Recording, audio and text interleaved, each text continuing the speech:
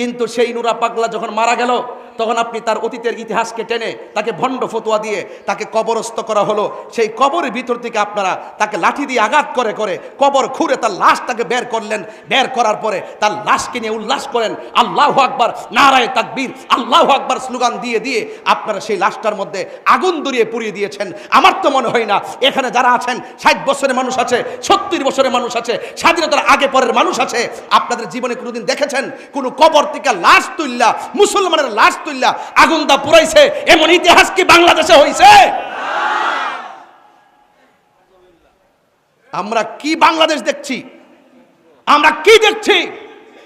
এই জন্যই বলে যে ইসলাম ছিল শান্তির ধর্ম, আজকে ইসলাম ধর্মটারে উগ্রতার দিকে নিয়ে যাচ্ছেন। ইসলাম একটি শান্তির ধর্ম, মানবতার ধর্ম।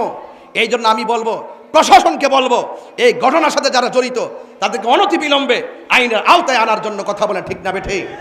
আমি যদি নেশা করি, আমি যদি জেনা করি, আমি যদি ব্যভিচার করি, আমি যদি কুফরি করি, আমি যদি মুশরিক হয়, তাহলে আপনার উচিত কি আমার নামে আপনি ধর্ম অবমাননার মামলা করা? কেউ যদি নবীর বিরুদ্ধে কথা বলে আপনার উচিত কি তার বিরুদ্ধে ধর্ম অবমাননার মামলা করা, নাকি আপনি তাকে ধরে মেরে ফেলবেন? একটি বর্বর ইতিহাস রচিত হয়েছে আজকে। আমি দেখেছি নুরা পাগলা নামে একজন মানুষ মারা গেছে।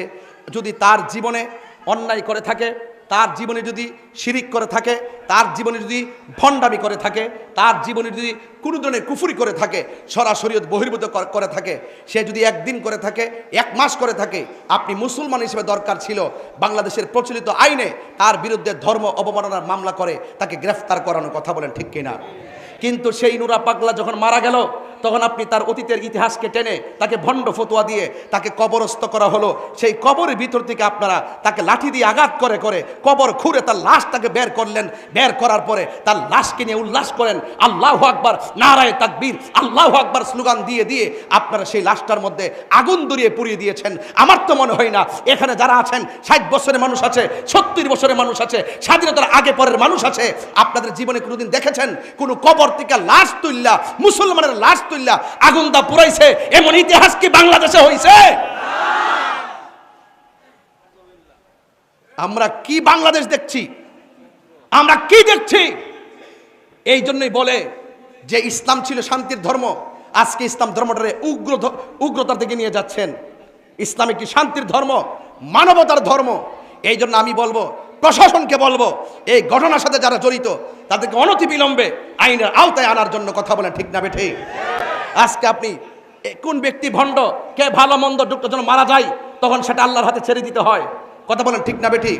আপনি বলুন তো, একটা মানুষ মারা যাওয়ার পরে কবর থেকে উঠায় আগুন ধরানো কি ইসলাম অ্যালাউ করে? কথা বলে অ্যালাউ করে? সে মারা গেছে, সে যদি ভণ্ড হয়, সে যদি প্রতারক হয়, সে যদি জাহান্নামী হয়, জান্নাতি হোক বা জাহান্নামী হোক, এটার ফায়সালা আল্লাহ করবেন। তুমি কবর থেকে উঠাইয়া যে তার গায়ে আগুন ধরাইছো, তুমি কয় নম্বর তুমি জানো নি? কথা বলেন, ঠিক না বেটি? বেশি বেশি আল্লাহ আকবার স্লোগান দিলে কি মুমিন হওয়া যায়? মুমিন হইতে গেলে নবীর মোহব্বত লাগে, কথা বলেন, ঠিক না বেটি?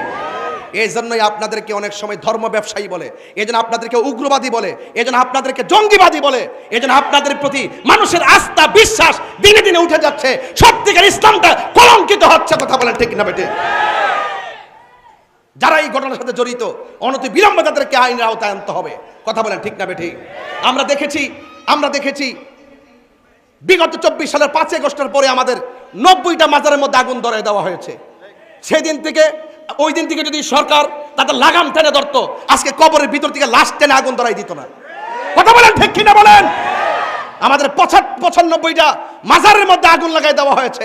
এই দেশে ইসলাম এনেছেন আল্লাহর ওলিগণ, এই দেশে শান্তির বার্তা ঘরে ঘরে পৌঁছে দিয়েছেন আল্লাহর ওলিগণ। সেই আল্লাহর ওলির মাজার যখন আগুন লাগাই দিয়েছেন, বুঝতে হবে আপনারা ইবনু আব্দুল ওয়াহাব নজদির এজেন্ডা এই দেশে বাস্তবায়ন করতে চান, কথা বলেন, ঠিক কিনা? আহলে সুন্নাত ওয়াল জামাত এগুলো বরদাস্ত করবে না।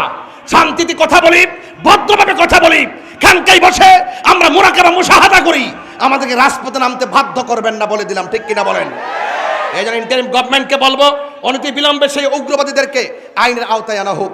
আমি আশা করব সকল ধর্মবর্ণ যত দলের লোক আছেন প্রত্যেককে বলবো এই ঘটনার তীব্র নিন্দা জানানোর জন্য, কথা বলে, ঠিক না বেঠে? এটা অত্যন্ত দুঃখজনক। এই যে আপনারা ভৈরববাসী শান্তিতে আছেন, এই শান্তির বার্তা ছড়িয়ে দিবেন। আপনাদের মাঝে উগ্রতা নাই, নিন্দা নাই, হিংসা নাই এবং গীবত নাই। ঐক্যবদ্ধ থাকবেন, দেখবেন রসুল পাকের আদর্শ যদি হৃদয়ে লালন করেন, দেখবেন ইনশাল্লাহ এই সমাজ শান্তির সমাজ হয়ে যাবে। কথা বলেন ঠিক কিনা? তা আমার নবী দুনিয়াতে এসেছেন হেদায়েতের নূর নিয়ে। কথা বলেন না? আমার নবী এসেছেন অন্ধকার ঘর আলোকিত করার জন্য। আমার নবী দুনিয়াতে এসেছেন অন্ধকার হৃদয়কে আলোকিত করার জন্য। সেই জন্য আমি আপনাদেরকে অনুরোধ করব, রসুল পাক যা নিয়ে এসেছেন তা আমাদেরকে গ্রহণ করতে হবে। এখন বলুন, আমার নবী কি নামাজের পক্ষে না বিপক্ষে? আরো বড় করে বলুন, পক্ষে। এখন নামাজ আপনি পড়তে যান না, এই জন্য আমরা কি গিয়ে আপনার ঘরে আগুন লাগাই দিব? কথা কন না কেন? আপনার কাজ হলো দাওয়াত দেওয়া, মানা না মানা তার ব্যাপার। একবার অন্যায় করে যা কিছু করে তার বিচার আল্লাহ করবেন। আপনার যদি গায়ে লাগতো তাহলে আপনি তার বিরুদ্ধে অ্যাকশন নেন, আইনি পদক্ষেপ নিতে পারতেন। কিন্তু আমার মনে হয় এই সংস্কৃতিটা ভালো সংস্কৃতি না। আজকে হয়তো বা আপনি কাউকে তুলে আগুন ধরাই দিবেন, আরেকদিন এমনও তো হতে পারে আপনাকে তুলে হাড্ডি সহকারে গাঙ্গা বাসায় দিতে পারে। তাহলে কি সংস্কৃতি আপনি দেখাচ্ছেন? এটার নাম ইসলাম না। এইরকম আচরণ ইসলাম অ্যালাউ করে না। আল্লাহ আমাদের সকলকে বোঝার তৌফিক দান করুক। আমিন কর। আরো বড় করে বলেন আমিন। যাই হোক বাবার, আমার সময় 2:30টা পর্যন্ত, এর ভিতরে আমি ওয়াজ গুছাবো। যা বলতেছি আমার প্রয়োজনের পরিপ্রেক্ষিতে বলতেছি, ঘটনা টান দিলে আপনারা বুঝবেন না। এই জন্য বলবো, আমার রসুল আজকে রাত্রে দুনিয়াতে এসেছেন, এই রাত্রটার দাম কম না বেশি? মা আমেনা কয়, মা আমেনা বলেন, আমি তো শুনতেছি অনেক মাস ধইরা নবী আমার মাঝে আছে। মা আমেনা বলেন, অনেক দিন ধরে শুনতেছি নবী আমার মাঝে আসেন, নবী আমার মধ্যে আছেন, কিন্তু পেটে সন্তান আসলে অন্যান্য মহিলার পেট বড় হয়, অন্যান্য মহিলার পেট ভারী হয়, অন্যান্য মহিলাদের প্রসব ব্যথা হয়, কিন্তু আমার নবী যে আমার মধ্যে আছে, ব্যথাও কথা কন। আজকে তো এই আওয়াজের সময়, সব নবীর উচিত আজকের এই আওয়াজ করা। কথা কন ঠিক না বেড়ে? কারণ আমার নবী দুনিয়াতে আইছে এই রাত্রে, এই রাত্রটা সাধারণ না। তাইলে মা মেনাকে আমার প্রসব ব্যথা, ঘুমাই যাইছ কেন? তুই এমনি সারিস এই দুনিয়া তুই নাই, পুরা ইন্ডিয়া।